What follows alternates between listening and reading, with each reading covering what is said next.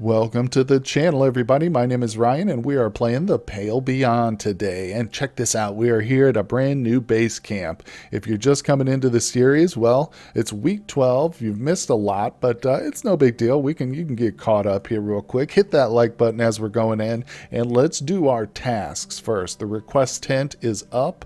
Let's see what Templeton's got for us. Oh, okay, he's got a little interruption. What do you want, Templeton? This territory of ice we find ourselves on, it would seem we have a pick of the litter. Oh, this ice is teeming with life that has never encountered our like in the past. We'll be able to hunt to our heart's content. Until we come across another leopard seal, we should be cautious. It seems we would be wise to spend a good deal of our time here. We cannot afford to get too comfortable on the ice. Let's be cautious. I don't want to lose his, indeed. We will not be able to stay here forever. Kurt has left me his assignment on the coming dangers. The ice is not stable. Simply put, we have the dead ice encroaching behind us and the risk of a pressure ridge bubbling up and forming ahead of us. We cannot stay for too long lest we find ourselves trapped here. Still, that is a worry for another time. Oh, okay. For now, our main concern is the crew. True, they're shaken from the attack. The crew are fit to work. Is that your concern? Are they shaken from the attack? Of course. But that is not what I meant. Your time as captain of this expedition has surpassed that of Captain Hunt, but that is not the case in all of the eyes. Sailor loyalty runs deep in their veins. Take the Stoke brothers, for instance. They voted against you. They still speak of Hunt as their captain and refuse that moniker on you. Every song that Elder One plays on his accordion, they're traditional songs of the sea folk. His loyalty to Hunt is clear as day. I would be careful around those two. All that is needed is one insubordinate with enough pull to lead the crew astray. I think he's right, because our little morale meter is not the best here. Duly noted, Templeton. I'll be careful. I will not just trust. They may be loyal to Hunt, but they do the work. That's all I care about. I'm going to be like, yeah, we take your note, Tempe. I agree with you. 5 loyalty. Thank you, sir. I'm simply stating what we should look out for. I get you. Regardless, you have some requests to deal with. They're waiting outside. Thank you, Templeton. All right, here we go. Request time. And is it the dog? Cordell. Wait, it is Stanberry. Is he going to barf up our hat? Arf! He says, should you not be with your master dog? Please do not bother the captain. Apologies, Shaw. No doubt Stanberry smelled the scent of your latest catch. The latest catch? Some fish was added to the stores, I take it. Stanberry has quite a taste for it. Are you suggesting we feed it to the dogs? If you wish, I assure you they have enough to eat, though. I'm certain the pack would enjoy that, but we can't allow them to grow spoiled. Come, Stanberry. Odd creatures. What, dogs are odd creatures? Okay, I guess Templeton grew up in the city or something. Cordell, Captain Shaw says, or here she is. This area is teeming with life, so we've heard. Native life at that. These creatures have never seen humans before. They do not even know to run. Some will even approach out of curiosity. In my opinion, we should be engaging in hunts as often as possible while we can. Agreed. Thank you, Cordell. Cordell exits. All right, well, she's on board with the hunts. Yeah, Junior, get in here, you weirdo. Well, despite it all, we've managed to land ourselves a hefty piece of meat. A leopard seal and the fish in its belly. It's up to you. How do we prepare it, Shaw? Feasting on the thing would be nice. Yes, tonight we feast on leopard seal. We can feast on the fish we found inside and save the seal for another time. We shouldn't be... Let's save the seal meat until it's needed. Let's feast, I think, because we do need the morale. Oh, wait, what am I doing here? All key items. Wait, what? I'm not sure. Oh, is it like in the food or something? Yeah, here it is. Oh, okay. It's kind of weird. Just have to confirm it, I guess. Yes, tonight we feast on leopard seal, my man. There we go. 10 decorum. That's what I was looking for. 10 loyalty? Whew, that was pretty good. I'm sure the crew will be ecstatic, especially Flick. I mean, it almost killed her, poor girl. All right, we've got Mr. Gloss here. Get in here, you guy with your glasses. Captain, I have this bottle of wine in my personal stores. My wife and I plan to enjoy it on our trip, but it seems that's much further out than we first believed. So we thought, why not share it with the crew? Ring in the new camp proper. An excellent idea. Better idea, we should spread it out, add it to the rations. No, Mr. Gloss, hold on to it, enjoy your trip. Nope. Excellent idea. We're taking it. We're going to celebrate. Big old loyalty. Yes, decorum. We got loyalty with the older brother. That's weird. How did he even know about it? He's like, I can smell booze a mile away. I know exactly what's going on with all the booze on the camp. All right, we got a little conversation we can listen to here before we jump into the furnace and the hoosh pot. Okay, Gnomes is talking. Are you just walking now? Couldn't sleep. Scared of another seal attack, huh? Aye, says Tashi. Well, at least you're honest about it. Yeah, the seal was pretty vicious. You ever watch those documentaries with leopard seals in them? They are formidable predators. All right, so let's go ahead and check the furnace. This is my most concerning place here, because I think we're gonna have to start. This is my last of my wood right there. I think we're gonna have to start using seals, and it really stinks because, for one thing, that's our food, and number two, the seals suck, man. They only give you 6, whereas this thing gives you 17. You barely even see it. Watch the little meter down here when I put the seal on here. You barely even see it go up. Tiny little bit. So, yeah, I'm going to hold off for now. That's probably good for this week. Let's feed that. That's all our real good fuel, though. That's it. Now, we do need to ask some engineers to work. Got some freezing people. All right, 2 available crew down, 2 more healed up. Good to go. Now, let's see here. I want to avoid putting our frozen person back on the hunt, I think. But, oh, first we got to pet the dogs. Almost forgot. Don't have any fish in my pocket, guys. I'm sorry. All right, let's go to the map. Very good. Now, what do we got going on? Oop, I'm sorry, I just exited the dang map. We have a brand new, like, ice sheet here, I guess. Where was our previous one? I guess it was the same one? No, it couldn't have been. It doesn't matter. It's not important. I was just curious. Okay, so there's the Viscount Island. Yep. It's our destination. Let's just, like, go this way, I guess. Yep. Okay. Oh, there's some penguins. Interesting. I'd rather find some seals, to be honest.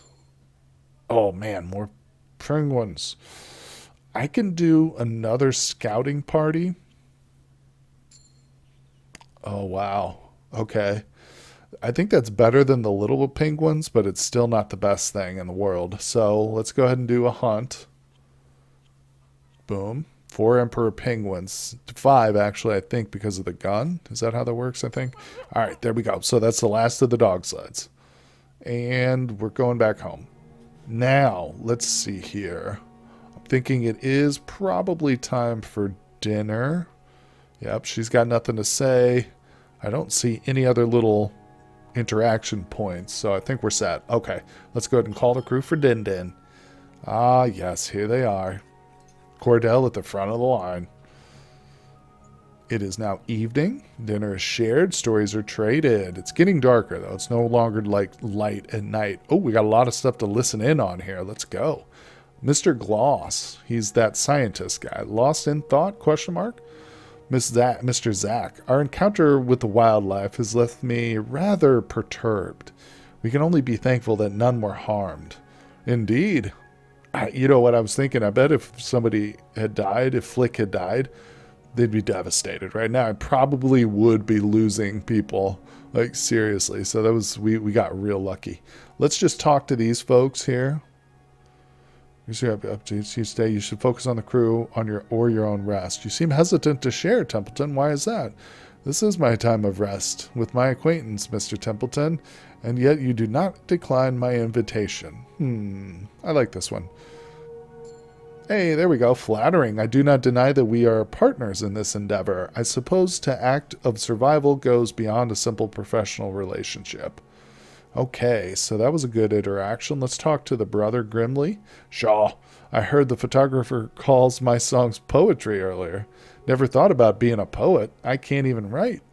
Music and poetry are similar. You can see the comparison, can't you? Writing isn't a requirement. Poetry is oral, too.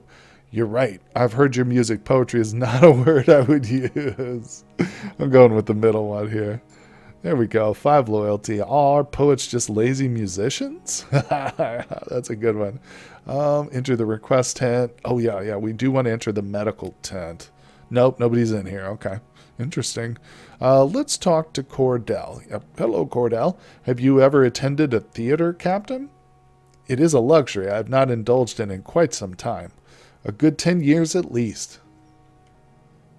Okay, I'm surprised you enjoy the theater. I've seen a few plays in my time, yes.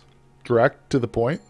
There we go. That is good to know. Perhaps we can trade experiences at some time. Enjoying the craft of theater, it is quite the escape, Captain. A shame that it is a luxury we cannot carry with us on the ice. Well, that was poetic, wasn't it? All right, let's see. We talked to them. We got a lot of stuff to listen to. Kurt's got a little, advancement here. A little meeting he's holding.